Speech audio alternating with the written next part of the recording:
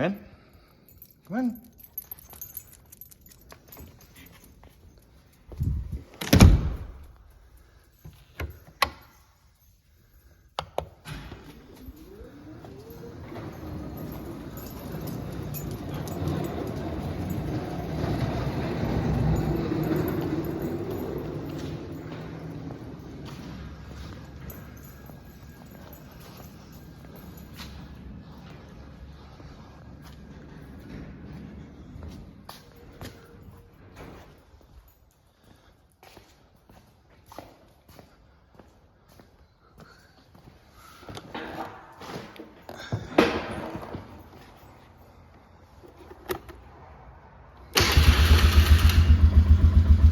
Listen to that. 2004 Polaris 500. She starts right up, no problem.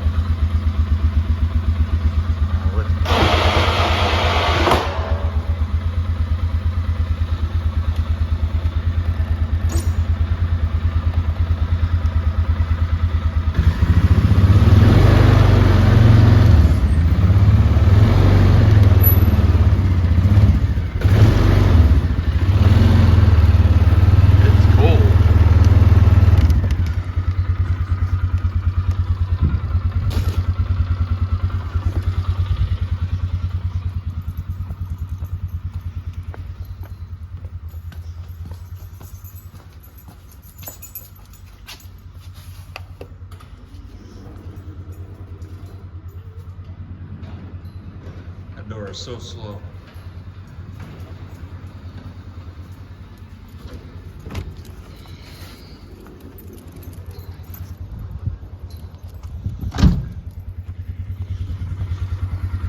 Cold. 5 degrees today.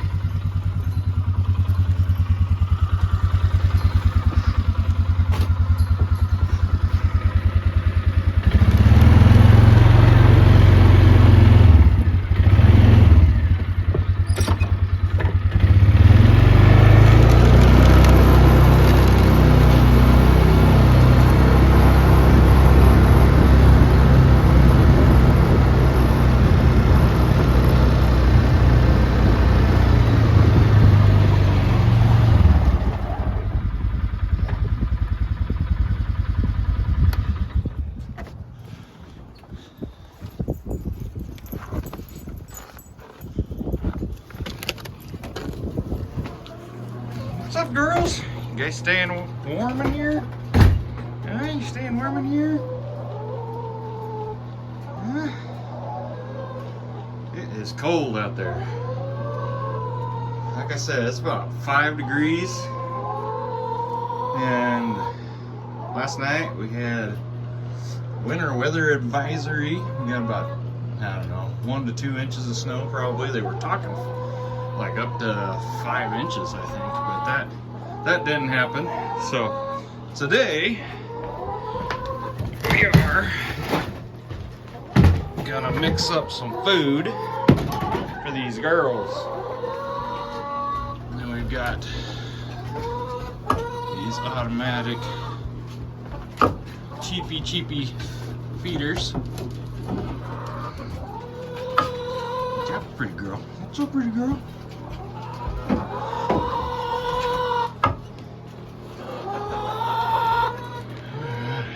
Let's see.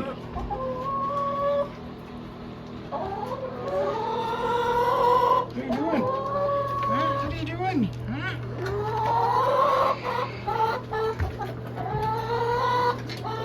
You guys stay in here. It's too cold for you out there.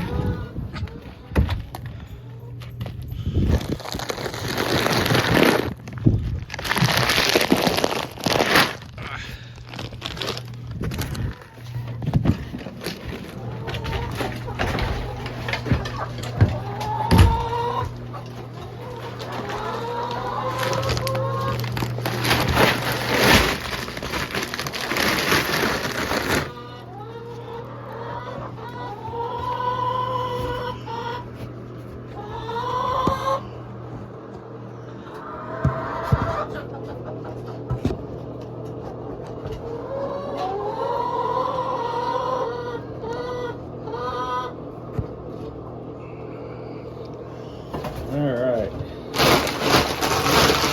So,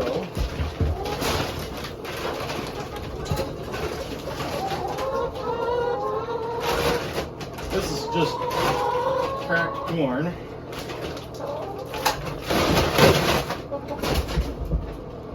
I tend to mix mine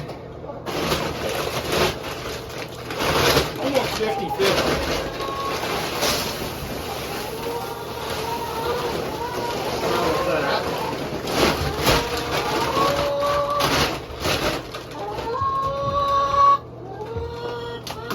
Come on, how'd you get out there?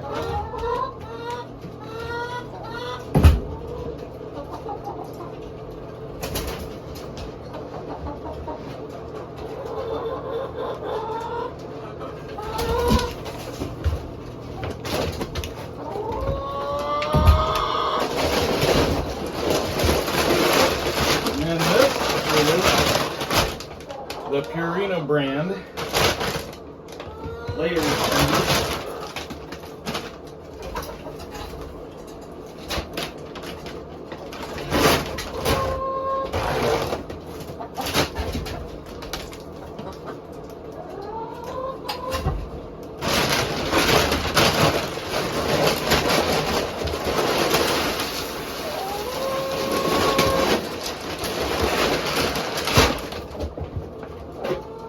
And then I'll mix it up.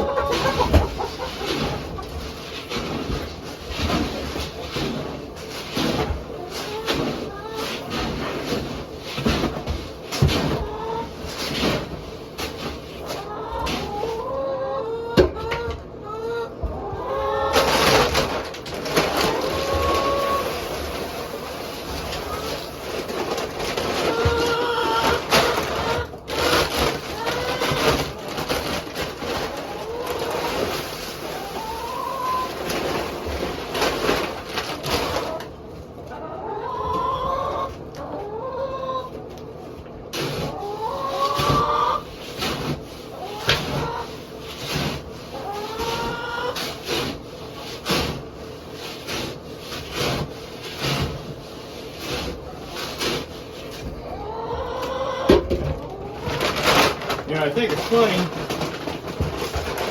doing this because you watch YouTube videos about chicken feed right now, and everybody's talking about the Tractor Supply chicken feed, which, you know, there might be something to that. I don't know, but you know what? It's winter time. Chickens slow down as far as laying in the winter time.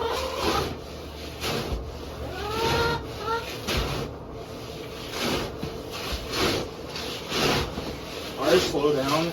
I mean, so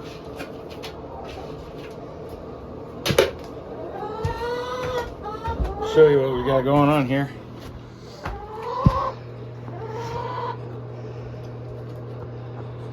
So this is what my mix looks like.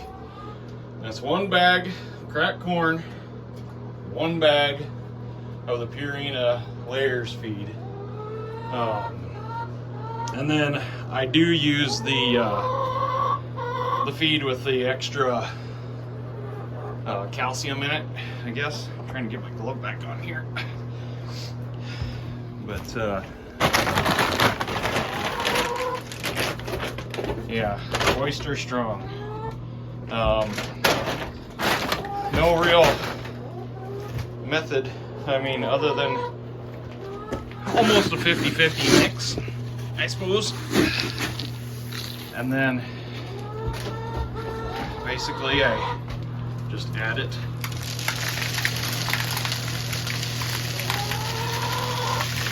The amount that spills out, chickens will eat that anyway, so it's not a big deal.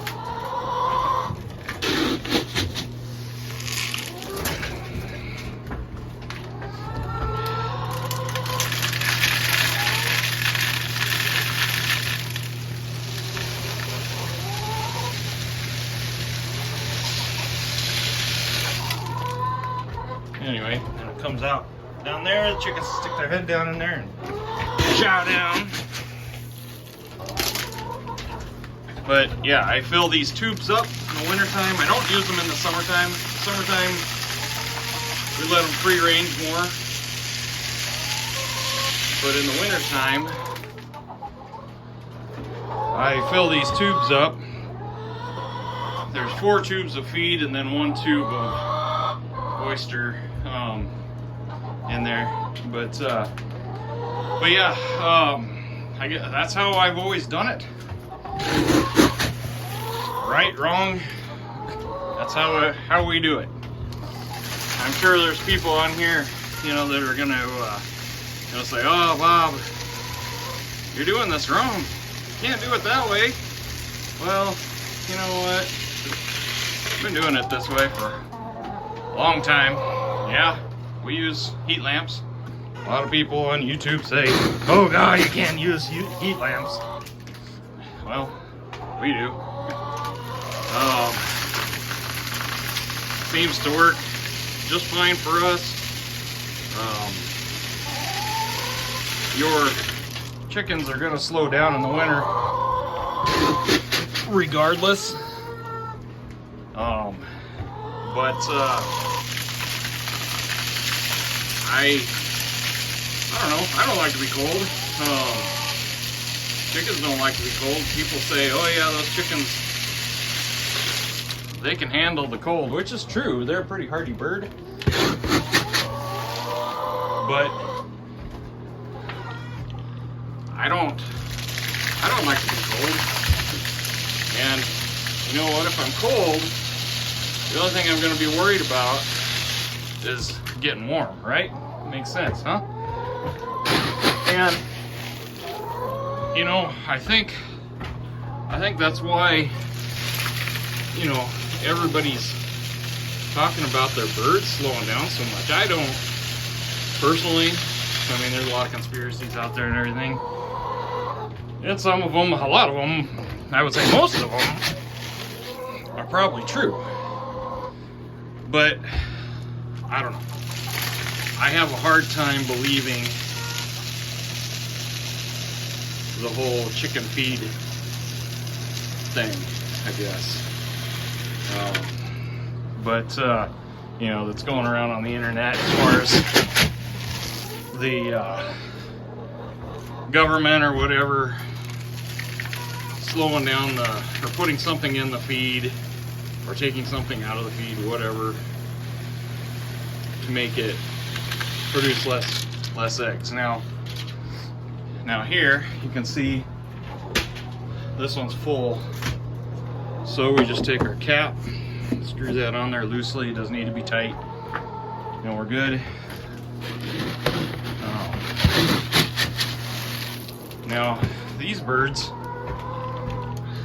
are fairly spoiled.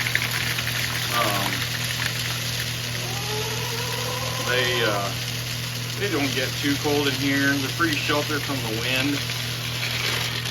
I've got this fan up here that continually sucks air out of here, and they do have an opening so they can go out if they want to and need to. But it keeps it from getting damp in here, and dampness is the #1 killer for any chicken. Okay, now that one's full too. So we'll close this one up, and whoop, we're getting out of control here. One of these tubs will fill all of those tubes. So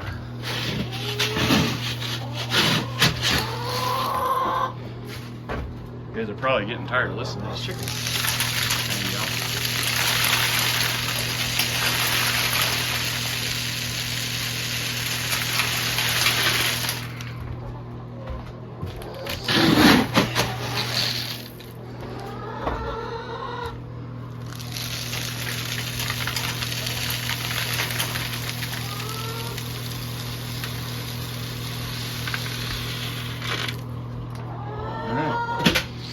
That one is done.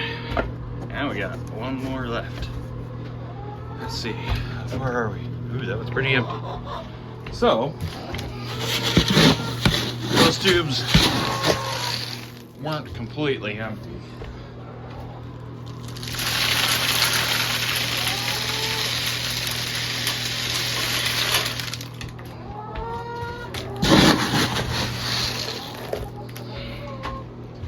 So I had a surprise today. Went to back out of the shop today. It's not as empty as I thought it was. We're full already.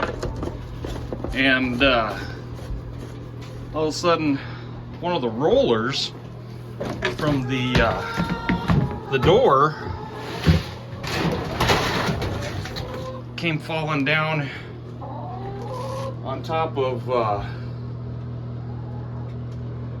the camper in there. And I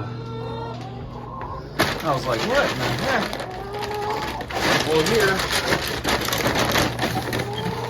I'll go show you here. Hi, girls.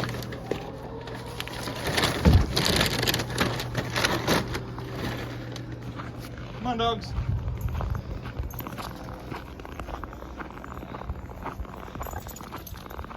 Still need to go feed or fill the cat's tub up there, but we'll do that later. You guys don't want to watch me fill all those all day, but yeah, it's cold. Fingers are froze. Come on, dogs. Come on. You got frost on their chops.